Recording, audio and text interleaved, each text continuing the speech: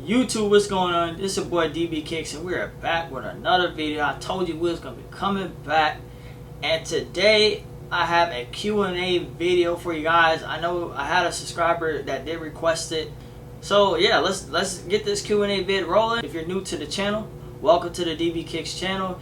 Go ahead and hit that red button, please. It's greatly appreciated. Hit that notification bell so you already know when I'm dropping some heat.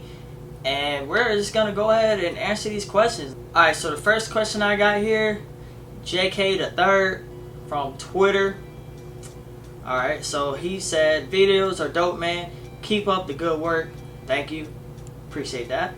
And question for your question and answer video.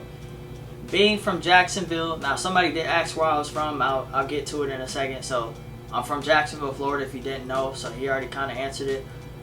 Can you talk about the challenges picking up exclusives or shoes that are released in bigger markets other than the mercy of raffles and sneakers app? How do we avoid an L? Alright, so challenges from picking up shoes from or exclusives that are released in bigger markets. Being in Jacksonville, so at the moment I don't live there, so I've been gone for a while, but I do visit home here and there. So the biggest challenges that we had when I was living there, it was tough for exclusives because Jacksonville is such a huge city, and we don't have anything that gives us really like tier 0 or exclusive releases. You know, we got Foot Lockers, Foot Actions, we have all the inline stores or whatnot. We do have one store called APB, so shout out to APB. They get some nice little stuff, but at the time APB wasn't around when I was living there. So I'd say it was definitely tough, man. So how I acquired really rare stuff, I used to have a ton of rare stuff, and honestly I kind of got out of the whole aspect of, oh, I only want rare shoes. I felt like honestly it was a phase, and I was spending I keep it real with you guys, I was spending way too much money. You know, at that age, like, you know, now I'm to a point that I'm good now, but at that time, I'm like, you know, I look back, I'm like, why did I dope shoes? But, you know, I didn't need to spend that much money. So with that being said, what I was doing, I was paying resale, man, honestly. But I had so many general release Jordans that were just dead stock. At the time, I wore a grade school 7. I had somebody that used to, you know, hold me down religiously. So I never really waited in the line too much. A couple of times I did for like the GMP 6 and 7 pack when that came out. But basically, you know, I had somebody held me down, and a lot of that stuff I kept and I rocked it. But some of it, I got to the point I had so many pairs that I didn't rock it. So I would sell those pairs to get stuff like this. So this is an Air Jordan 23 Titanium. 523 pairs released in the US, 523 pairs overseas. It's from what I understand. And they come with like the shoe trees, they're numbered, all that stuff. Crazy pair, crazy quality. Like, this is something you just do not see. I'll get in closer for you guys. You don't see stuff like this. That's what we did. Or sometimes we drove to Orlando. Florida Mall was a better mall, so their House of Hoops got like more pairs and all that good stuff. So that's what I did, man. Like me, I had a close friend, we're still close to this day. We rode around, we called them transactions. Like, we rode around and we just, hey man, we got this, I got this pair. We met up, we did meetups like every other day, like a lot. To answer your question, I know that was a long answer, but I like to be detailed, so that's basically how I did it. So that was the challenges, and that's what other people did. You know, we didn't have StockX and Goat at the time. And other than the mercy of raffles and sneakers, how do we avoid an L? Bro, honestly, I have no idea. I don't have that much luck. I've had some luck, but you know, from what I hear when it comes to the sneakers app, I hear that it's kind of like the more you purchase, the more you're kind of active with the app. Allegedly, the better your chances. Now, this is just speculation. Best thing, what I do, man, I put in as much work as I can, as many raffles as I can, and that's how I'm able to get some of the stuff that I have today. Alright, so next question, I got Kill Lance from Instagram. What's your favorite Air Jordan 1 colorway, original and new? This, man, y'all got some good questions, man. This is a hard question too. My favorite original Air Jordan colorway has got to be the Chicago 1. Reason being, I do have the 2015s somewhere up here over there. So what I did, well, before that, this is before Goat and StockX. So there was a chick I knew that she was selling a pair of size 7 Chicago's. This was the 2000, like maybe 12 or 13, I can't remember, with the Jumpman on it. It was that pair, and I hunted. I was religiously looking for a pair. I was like, you know, I love this shoe. Ended up buying it for like $100. Crazy, right? $100. When I moved and stuff, I took them with me, and I wore them like religiously. And I said I never sell. And then we got news of the 2015s. So then when the 2015s came out, I ended up hitting on those from Foot Action. So then once I got that pair, and it was a size 8 because my foot started to grow, I kept the 8, and of course I sold the old one. Now my favorite new colorway of the Air Jordan 1, so that's like not OG. Like, these things could change every day, honestly. So my favorite non-OG Air Jordan 1 of all time, and it's a special shoe to me, very special sneaker, and it's the Doernbecher Air Jordan 1. If you guys haven't seen a pair, I'm sure you have. So I'll explain it. So this shoe is from 2008. I've had it since 2000, maybe 9. Yeah, I got it like my sophomore year of high school. It's been in my collection ever since. Reason why it's my favorite non-OG Jordan 1 colorway is because of just what's attached to it. So this is the first limited shoe that I've ever purchased, and it's the first shoe that I actually hunted. The way I got it was so random. So basically what happened was, he knew a guy that was a heavy Air Jordan collector in my size. So I'm sitting in the store one day where he worked at the time, and I was like, man, and you know, a lot of times we didn't have nicknames and stuff. So I said, dude, like, bro, like, man, there's these Jordan 1s I want so bad, and they got palm trees all over it, and they're like blue and yellow and black. And he was like, you talking about the ones with Pharrell on the tongue? Because it looks like Pharrell.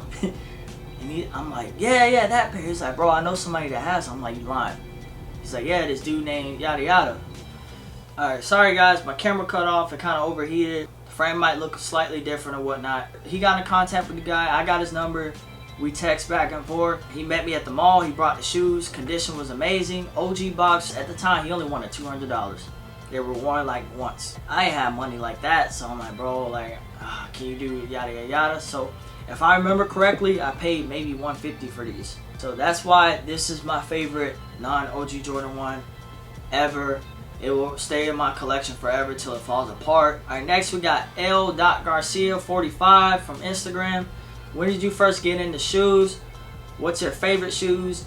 What's your favorite shoe brand? Damn, that's hard. And alright, like I said, this stuff could change any day. So pretty much, I first got into shoes when I was a child. I know it sounds crazy that I remember this, but I was 5 years old. I remember we used to go places, and you know, most kids, they always wanted the new toys or whatnot. I like toys and video games a lot too as a kid, but I always wanted shoes. I think my first shoe that my mom bought for me as a child was the Black Toe 14. I don't have the picture anymore. And then I remember after that, I just loved it. My mom will tell you to this day, like, he's always had a love for shoes since he was a kid. She kind of started that once I got to about middle school, I think. So 2004, the Olympic 7 was out.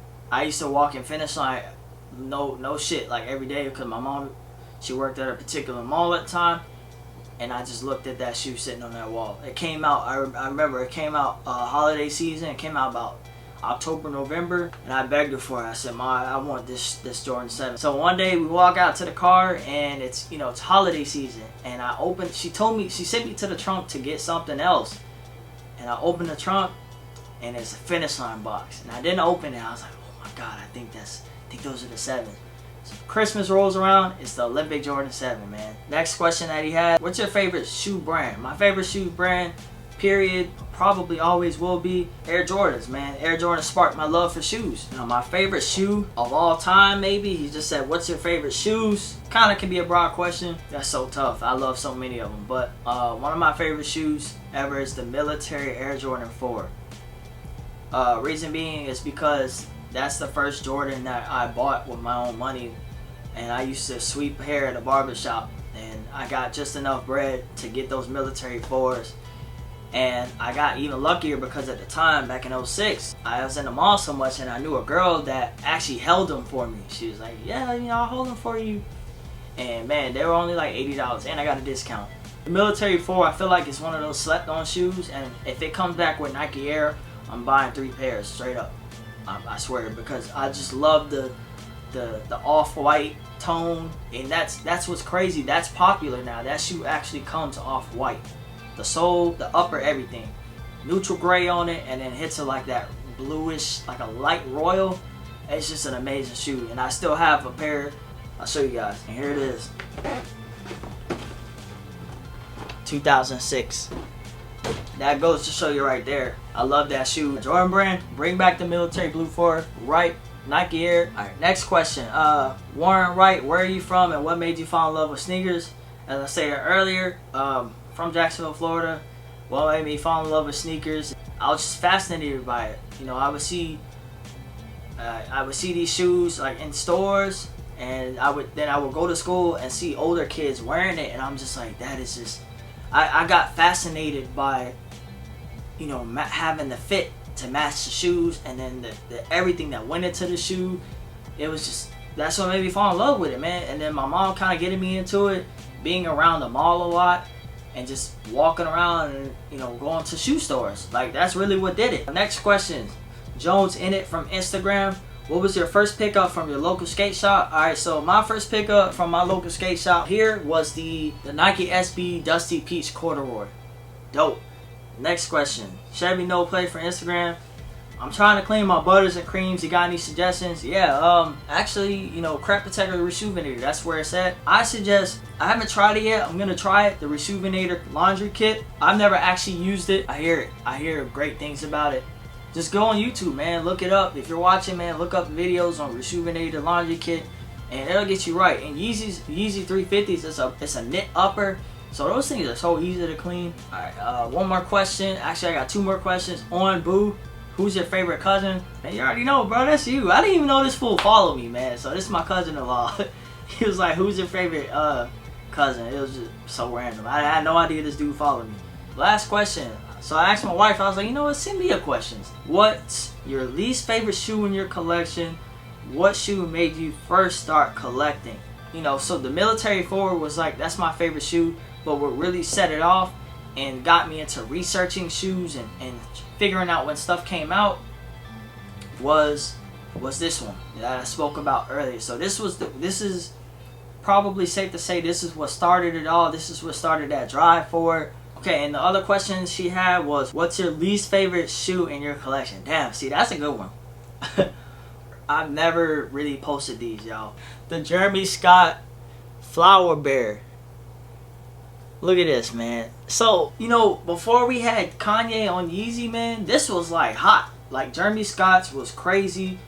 And it's still crazy to think that we had a shoe like this, man. Like, and I had like two pairs. And I ended up keeping this one. I wore it one time. So let me tell you why it's my least favorite shoe. Because I wore it one time. I said, you know what? I literally said, I'm never wearing this shoe again. I can't sell it. Because it has that memory attached to it. Like, I hate this shoe. I really do. I would never wear it again. That's another reason why I hate it. And look at the colors, man. Like, I can do absolutely nothing with this shoe anymore. I'm a grown man. I have no business wearing a shoe with a teddy bear on it. But at the time, it was hot. It broke crazy necks. I wore it out to, I'll never forget, I wore it to Tallahassee homecoming. Yeah, and I wore these and I broke necks, man. I wore them to the club and I just hate this shoe. So those are the questions that I got. Actually, that was a perfect amount of questions. The video is already long. Sorry about that, y'all. Hopefully you guys watched the whole video. Thank you guys for asking the questions. Greatly appreciated. I want to do more stuff like this so you guys can kind of learn more about me and how I got into shoes. And maybe I want to do another one. So hey, if you guys want another Q&A, you guys like this video, go ahead and comment down below. Just while I got you guys' attention, we are out of here.